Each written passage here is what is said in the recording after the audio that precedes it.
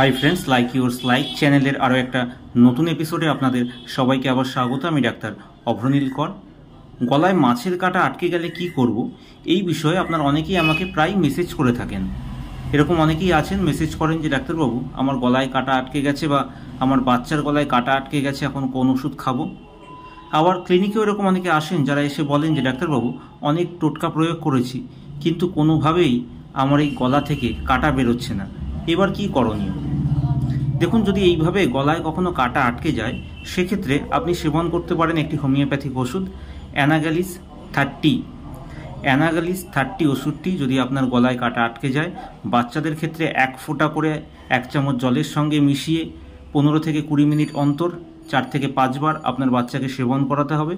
এবং বড়দের ক্ষেত্রে 2 ফোঁটা করে 1 চামচ জলের সঙ্গে মিশিয়ে 15-20 মিনিট অন্তর 4 থেকে 5 বার আপনাকে সেবন করতে হবে। আপনি যদি সেবন করেন দেখবেন এই গলায় যে মাছের কাঁটা আটকে ছিল সেটা বেরিয়ে যাবে।